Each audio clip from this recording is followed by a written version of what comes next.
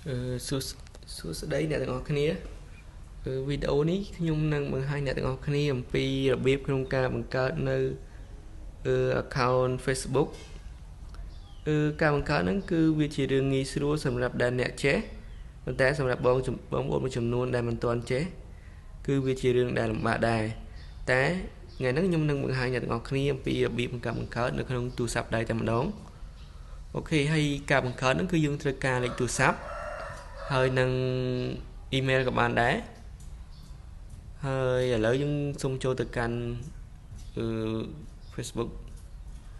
តោះចុចពាក្យថា sign up for Facebook នៅខាងកណ្ដាលគេនេះចុចពាក្យថា get start ទាំងកន្លែងហ្នឹងបើសិនជាបងប្អូនរើសយកលេខទូរស័ព្ទគឺគ្រាន់តែចុចនៅកន្លែងហ្នឹងហើយវាលេខទូរស័ព្ទរបស់យើងចូលដោយមិនបាច់ដាក់លេខ0ទេតែសម្រាប់ខ្ញុំសូមរើសយកការប្រើប្រាស់ email តែគ្រាន់តែចុចនៅកន្លែង email ហ្នឹងហើយបើ email ចូល email យើងត្រូវតែស្គាល់នៅ password របស់វាផងដែរដើម្បីយកកូដដែលក្រុមហ៊ុន Facebook send ទៅ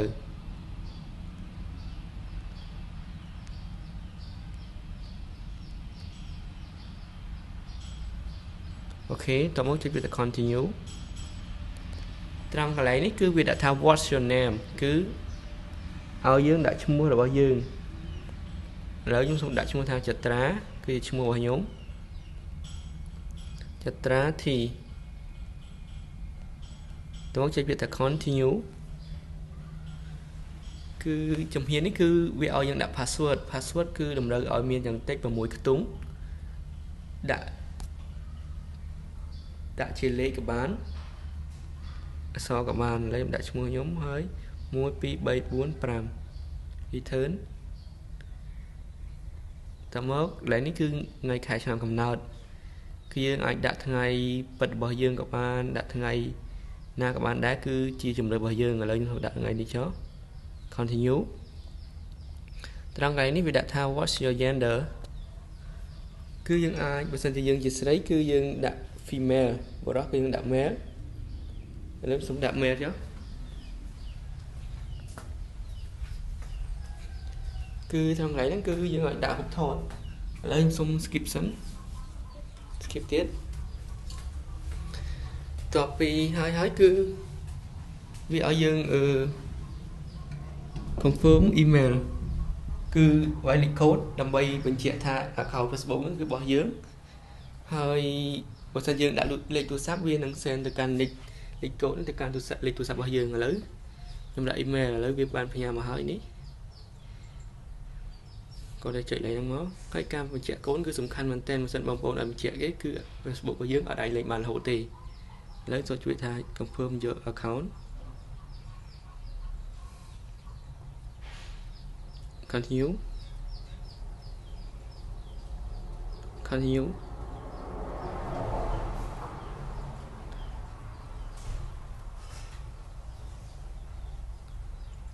អូខេឥឡូវគឺវាជោគជ័យហើយត្រង់កន្លែងនេះគឺឲ្យដាក់លេខទូរស័ព្ទតែខ្ញុំសុំទោសសារខ្ញុំអត់ចង់បង្ហាញលេខទូរស័ព្ទខ្ញុំទេតោះគឺចុចវាទៅ next ទៀត next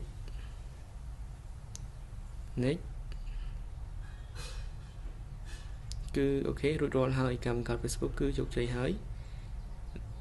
នេះគឺជា Facebook ខ្ញុំមិនបង្កើតមិញហ្នឹងអូខេអរគុណច្រើនសម្រាប់ការមើលវីដេអូហ្នឹងឥឡូវជោគជ័យហើយបើសិនមានចម្ងល់ថងណាអាច comment សួរខ្ញុំបានអរគុណច្រើនអរគុណសម្រាប់វីដេអូហ្នឹងសំណាងល្អ